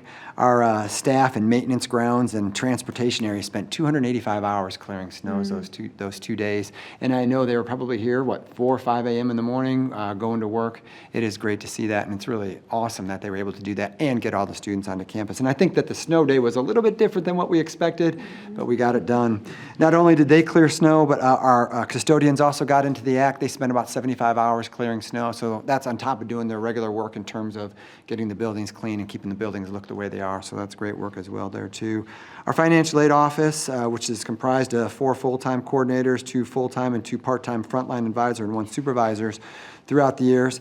They've taken over 13,000 calls to make sure our students are ready to roll. They've had over 7,000 people in walk-in traffic into their office, over 600, almost 700 appointments, outreach to students, and over 3,500 different emails to students, so they're very busy there. And then an area that I think is always really important in terms of showing that we're trying to meet the needs of our students and that we're connected with them is our Academic Resource Center. I had talked about this a little bit earlier in the year about what was happening last year. But this year, just in this fall semester, they saw 4,200 students and tutored over 41,000 hours within that center, and that's up about 22% of the enrolled students in the fall. So really making a big impact on our students there. Some other things happening around campus. In November, the Career and Development Center hosted the Students' Job and Internship Fair. Employers hired or had interns and part-time employers for positions in accounting, finance, computer, science, IT, marketing, and business from our students. So it was great to have them on campus and go down that path. I was going to mention the Suicide Awareness and Prevention Grant, but that was already mentioned out there, so that's great work that's being done right there. I want to thank all the trustees that took part in our legislative breakfast, lunch, and individual luncheons. It was great. I thought we had some wonderful dialogue with our legislators and had a great opportunity to talk about the wonderful things that are going on here. I think another thing that was great that I got to be a part of, so this was sort of the first one that I've done since being on this campus. You know, all of our individual, not all, a majority of our individual programs have individual accreditation. And so our EMS program was up for accreditation or started their accreditation process this fall. I walked into the room. I have never seen so many faculty, staff, and college people committed to our EMS program there. I think the accreditors made that same comment. Nikki, I don't know if I think you would agree with me on that. They were amazed at how many people were there ready to commit to making sure our EMS program is accredited. So just a wonderful opportunity. And it just goes to show you the commitment of our people on our campus, like I said, from our faculty and staff all the way through to our administrators and what they're doing right there. Just a few other things Deb and I got a chance to participate in. We enjoyed judging the Stein Speaking Showcase, right? That was awesome.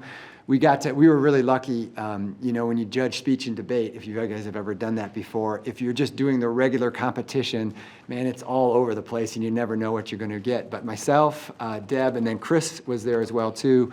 We decided to let a marketing guy in there.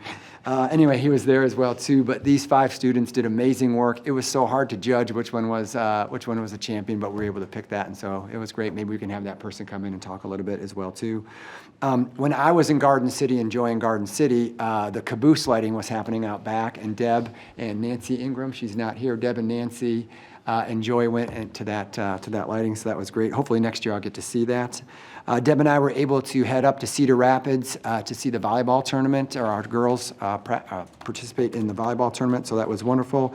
We've been able to attend a variety of men's and women's basketball games. Of course, that's one of my favorites that I have. I love basketball, but they are an awesome team, so it's going to be great to watch them and as they go forward. Last night we were able to listen, and I looked over and I saw Deb crying. She was dabbing her eyes. Hopefully she's not watching, so because she think I'm making fun of her. But the LPN students were doing their pinning. The cool part about what they do at the LPN pinning, which I hadn't seen before, but each student got to tell a little bit about their story as they were going through, so it was wonderful to hear how. And I think it's just a great example of how we are inspiring students, then you're transforming their lives. These students are going to go out there and do some great work, which strengthens our community within the healthcare field. I also didn't write this down, but I'll throw out, as I'm looking at Laura Smith-Everett, got to a KU basketball game. Oh, yeah.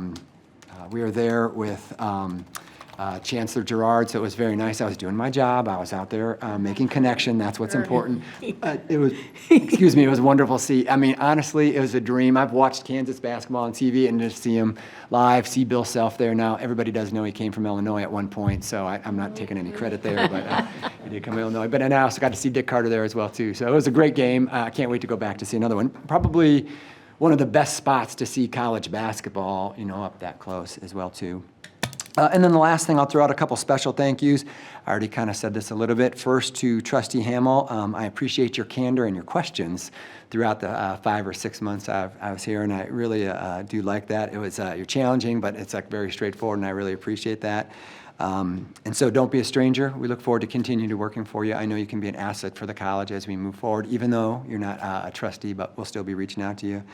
And then second, also to Chair Rail, I really appreciate your leadership. It's truly been fun to watch you, and I have learned a lot as you've led this board. Going back to some of those first meetings I watched, especially I think you were the one that brought up the tomato bisque soup back in the day there, so I do appreciate that. I've also had the opportunity to get to know you and your family as well, too, and that's been wonderful also. It was great that Dana and darn it, your daughter were here as well, too. Morgan, that's right. Morgan were here, too. I look forward to continue to working with you and connecting with you as well, too. Maybe you'll be, no, never mind, I won't say that. But I do appreciate your support. And that's my report. All right, any questions or comments for Dr. Mixa? Trustee Cross. Yes, thank you, Madam Chair, and thank you, President Mixa. I do appreciate your collegiality and curiosity, and as you struggle with names, and I struggle with names, we appreciate your approach, and we all know it's hard to learn 2,000 some odd names, and whatever you're in charge of. And like, I was at a recent function where I called Dr. McLeod the chief academic officer, and not realizing I stare at EVP and provost all the time. So it happens to the best of us. I got to shake Bill Clinton's hand at a Landon lecture series at K-State one time, and he had spoken at KU, and I think I was working in Ohio at the time. And he tells the story in K-State that Bob Dole had invited him to come to Lawrence, and he gave a speech at Allen Fieldhouse, and Senator Dole, ever the Kansan, goes up to him and says, "Great job, Mr. President." He goes, "Now you know you got to go to K-State." And so I appreciate your report. I'm glad to see enrollment up and your effort and everything, and thank you for all you do.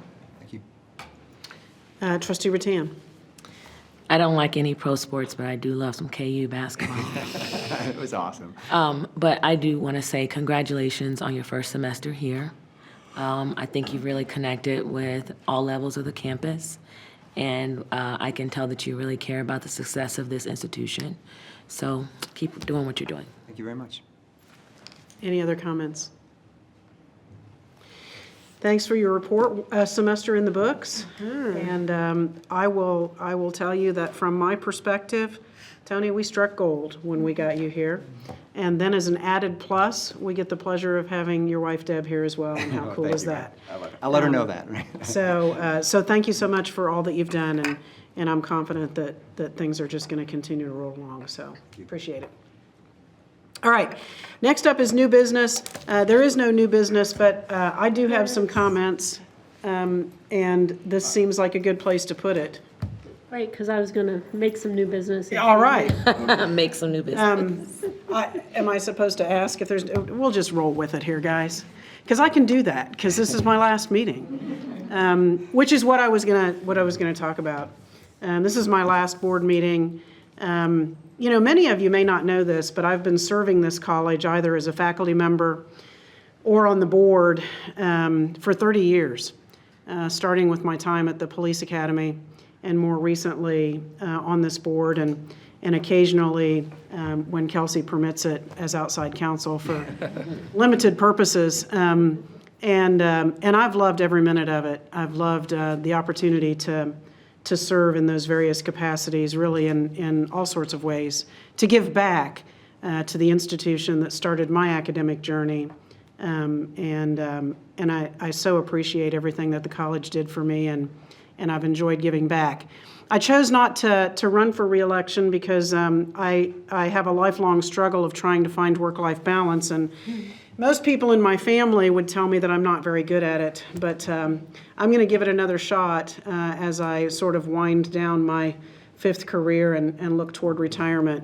I'm certainly not leaving this board because I haven't enjoyed my time here, because that's not the case, and I will be around.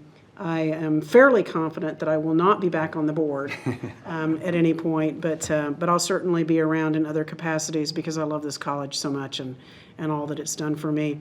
I want to thank all of you who have made my service over the past 3 years easy. We had a lot of challenges when I came onto the board in early 2023 that nobody told me about when I threw my hat in the ring to be appointed to fill a vacancy.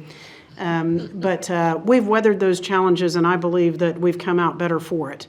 And that's because of all the good people who are a part of this institution and the trustees that I've had the pleasure of serving with, not the least of which is Trustee Ingram and Trustee Musil, who were here earlier to pay some time with me as I had to go do some kind of cake cutting thing. And finally, I really want to thank the person who holds everything together for me and for the rest of this board that many of you may not realize, and that is Caitlin, who does everything we need her to do, who gives me the advice when I need it, who tells me I'm really about to step in it and I ought to rethink it, and who keeps our schedule straight and makes sure that everything goes as planned. Caitlin was an integral part in our presidential search as we went through that process and in welcoming Tony and Deb to our community, and she's playing an equal integral equally integral part in welcoming our new trustees, who I'm sure will serve with integrity, commitment, and honor. And so I look forward to watching the meetings, and I look forward to how many mistakes you can make because Lord knows I've made more than my share. So you got to laugh at yourself. But thank you to everybody. I really appreciate it, and I'll miss y'all. Well, that is a great segue into the new business that I had at this juncture, where I wanted to offer an opportunity for any trustees who would like to be able to share a few words about you, as well as Trustee Hamill at your last meeting. I'm going to start with you. I have really appreciated being able to watch yet another iteration of leadership on this campus. As you spoke about when you came, we were in a little bit of a tight spot, and I appreciate your clarity and decisiveness, and I appreciate how you led us with a very clear direction and provided clarity for a lot of us who were figuring all of this out. The steadiness and the assuredness that you provided gave everyone the confidence that we could figure out the next chapter and get there, and we sure have. And a lot of that is a credit to your leadership. I also want to say, I think you should write a book on each chapter of your different career choices, because it's such a great fit for a community college that tries to meet every student where they are. I once, when running for re-election, met a student who'd come back 5 times, 5 different majors, 5 different parades through our college, and different success rates. And that's a testament to the fact that he felt confident and safe that we would provide him what he needed when he came again. And so to you, I hope that this is your sunset, because that's what you want for yourself. But the door's always open if you want, number 6 just creeping in there after retirement. We would love to have you back in any capacity. So thank you so much for your leadership. And thank you for being willing to join this board one more time. Trustee Hamill, I want to thank you for your independence and your willingness to ask questions, even when a lot of times you were a minority voice. But you were very calm, cool, and collected about the questions or the perspectives you had. And I always felt a real camaraderie and respect when you and I didn't agree, and your willingness to hear other people's perspectives, and then your willingness to provide a perspective that I may not have considered. I also enjoyed the times we did agree. Yeah, I was just saying, we've had a lot of times that we've agreed that's been a giggle for sure, because from people on the outside, it may look like we wouldn't have a lot to agree on, and we sure have found a way. Yeah. So thank you for your service. I appreciate you putting your name out there and joining our board and running for office. So thank you so much. So I wanted to open it up for any other trustees that would like to share. I guess I'm kind of quasi-chairing this. Go for it. All right, it's great practice. She's like, I'm done. Chair Rail, thank you for your leadership. Every time you speak, I open my ears a little bit wider to soak up all your knowledge and wisdom, and I do definitely hope our paths continue to cross and I continue to learn from you. Your leadership, your integrity is above all outstanding, and I just love when my life can cross paths with you, and it's kind of like, what would Melody do? So I can always trust you, and it feels good to have leadership with someone that you can trust and is making good decisions for the college.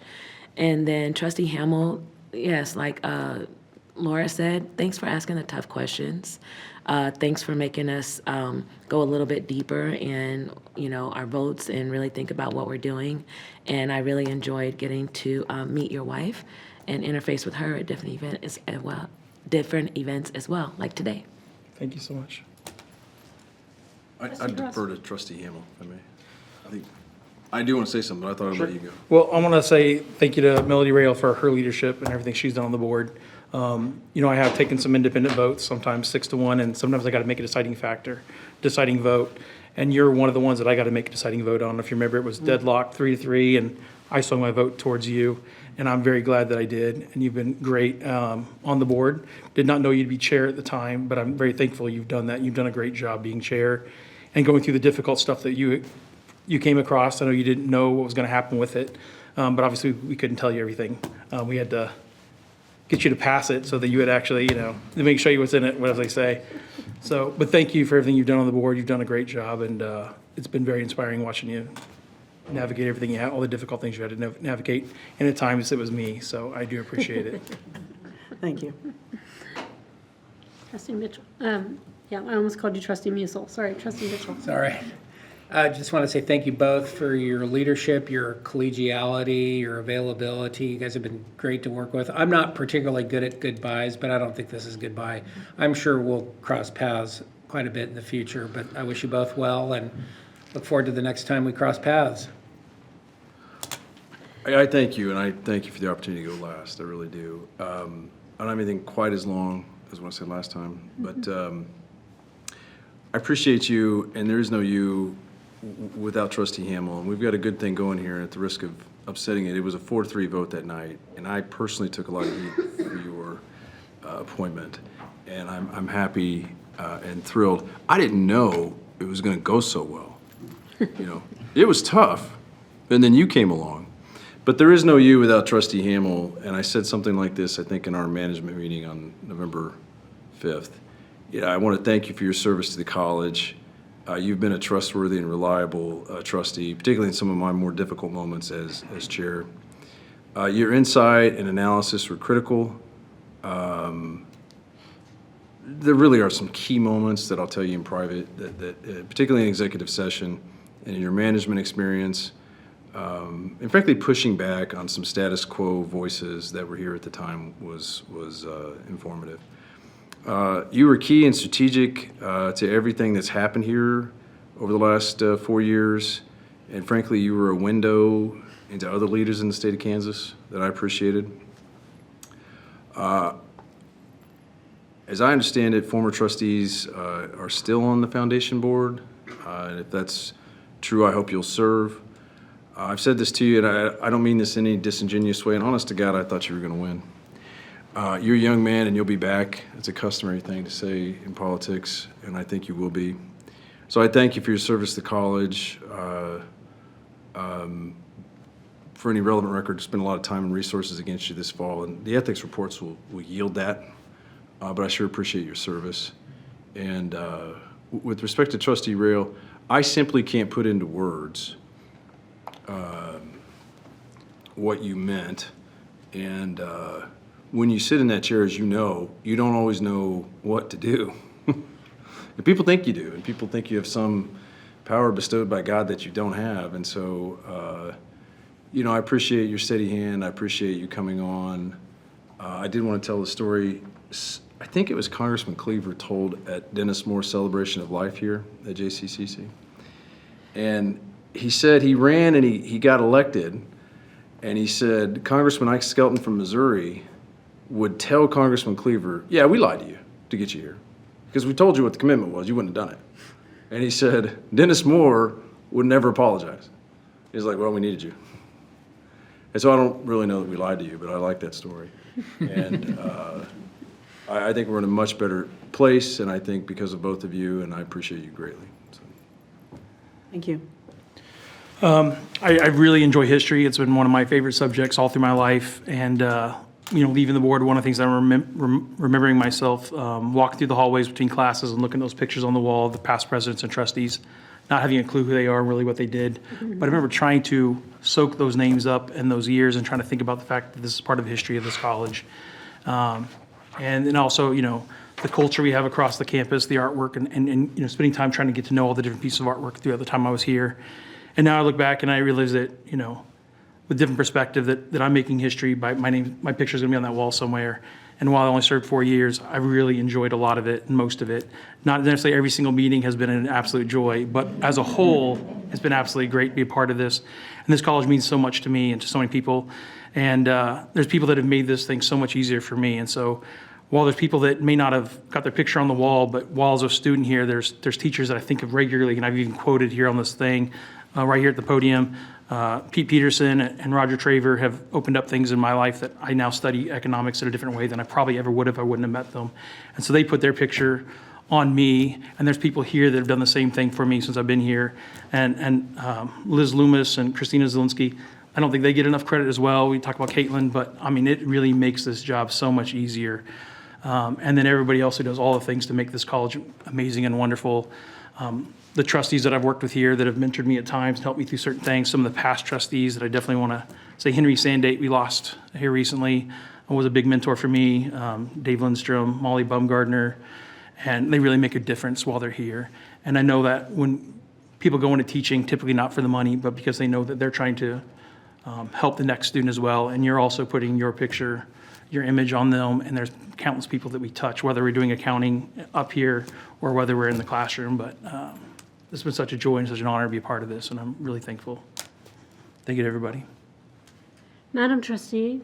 I'd like to say, I just want to say thank you to both of you. I'm not going to speak long because it's very loud out here, but I just want to say I really appreciate both of you for what you've done and the service that you've given. I've learned a lot from each of you. I really honor your independence, your thought, your consideration, and your deep thinking into every situation and every decision that needs to be made by the board to make this college a better place. So thank you very much to both of you. Thank you. Where are you? As I look. I'm in Maui. Oh, that's a rough gig. At the beach. Yes, All right, well, thanks for sharing. If I may, I'd like to ask unanimous consent to applaud now. So.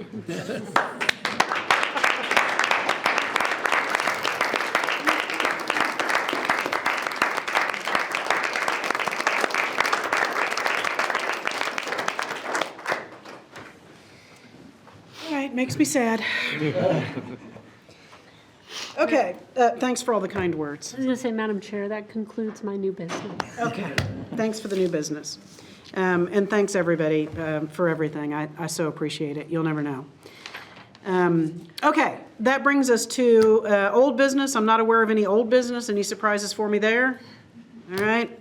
That brings us to the consent agenda. The consent agenda is an opportunity for the board to take up in a single motion things of a rather routine nature. You'll find the consent agenda on pages 35 through 50 of your board packet. And first I'll ask if there is any motion to remove anything from the consent agenda for separate consideration. Hearing none, I'll entertain a motion to approve the consent agenda. So moved. Second. Motion made by Trustee Cross, seconded by Trustee Hamel. Any discussion?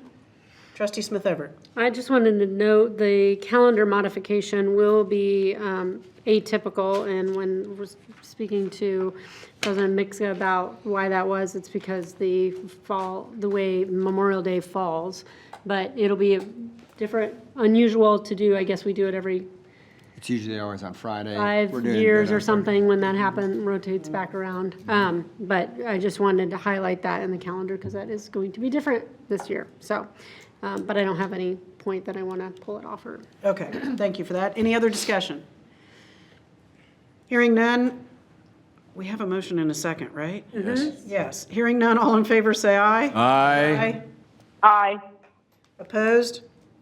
Motion carries 7-0. We do have 2 executive sessions tonight.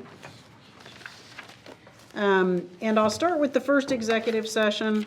And I'm assuming the people who need to be here for the second executive session are aware that they need to hang out. But just in case you're not, the folks who are not in the first session but are in the second session are Dr. McLeod, Shelley Allen, Christina McGee, so don't go anywhere. With that, I'd like to entertain a motion to go into executive session for consultation with legal counsel regarding a pending personnel matter which would be deemed privileged in the attorney-client relationship. No action will be taken during this session. The executive session will last for 15 minutes. We will begin at, let's go with 7:10 to allow everybody an opportunity to take a brief bio break. So we'll run from 7:10 to 7:25. at which time open session will resume at this same location. Invited to join this executive session are all board members in attendance, Dr. Tony Mixa, Rachel Lears, and Kelsey Nazar. Do I have a motion? So moved. Second. Motion made by trustee Smith Everett, seconded by trustee Cross. All in favor, say aye. Aye. Aye. Opposed? Motion carries 7-0. We will start executive session at 7:10. All right, it is 19:25 hours. We have returned from executive session. We have returned from executive session. No action was taken. At this time, I'd like to entertain a motion to go into executive session for a second time to discuss a personnel matter regarding non-elected personnel for the purpose of protecting the privacy interests of the personnel to be discussed. This executive session will last for 30 minutes. We will start at 7:30 and end at 8 o'clock. So moved. At which time, open session will resume at this same location. I'd like to invite Dr. Tony Mixa, Dr. Mickey McLeod, Shelley Allen, Christina McGee, and Kelsey Nazar to join this executive session. I have a motion by trustee Cross. Do I have a second? Second. Seconded by trustee Rattan. All in favor say aye. Aye. Opposed? Motion carries 4-0. We will see you all at 8 o'clock. All right, it's 8 o'clock, 2000 hours. We've returned from executive session. No action was taken. There will be no further business in the open meeting tonight. And so with that, I'll entertain a motion to adjourn. So moved. Motion made by trustee Smith Everett, seconded by trustee Mitchell. Any discussion? Hearing none. All in favor say aye. Aye. Aye. Opposed? Motion carries 5-0. Thank you, everyone.